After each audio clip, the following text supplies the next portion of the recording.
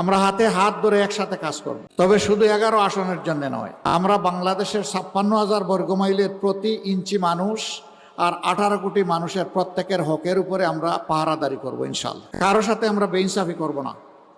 এই এলাকা ঢাকার অন্তর্ভুক্ত, রাজধানীর প্রাণকেন্দ্রে অবস্থিত হওয়া সত্ত্বেও হাজারো সমস্যা জর্জরিত ওই কারণেই যে এই সমস্যাগুলো সমাধান করতে গিয়ে দেশের টাকা বিদেশে চলে গেছে, কোনোটা কানাডা আর কোনোটা সিঙ্গাপুর, আর গড়ে উঠেছে সুরম্য বেগমপাড়া। আমরা যদি সেই টাকাগুলো ফিরিয়ে আনতে পারি, আর আগামীতে আর কোনো রাজনৈতিক দুর্বৃত্ত যদি দেশের টাকা লুণ্ঠনের সেই দুঃসাহস না দেখায়, বাংলাদেশ হু হু করে সামনের দিকে এগিয়ে যাবে ইনশাআল্লাহ।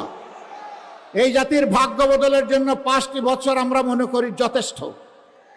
এরপরে বাংলাদেশ রাস্তা খুঁজে পেয়ে যাবে এবং সেই মহাসড়ক ধরে ইনশাআল্লাহ বাংলাদেশ এগিয়ে যাবে সামনের দিকে।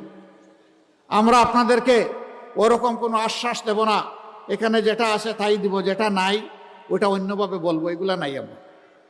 আমরা কোনো ভুল বা আশ্বাসে নাই। যা বলবো ইনশাআল্লাহ আল্লাহর উপর ভরসা করে সেইটাই করার চেষ্টা করব, জান প্রাণ দিয়ে।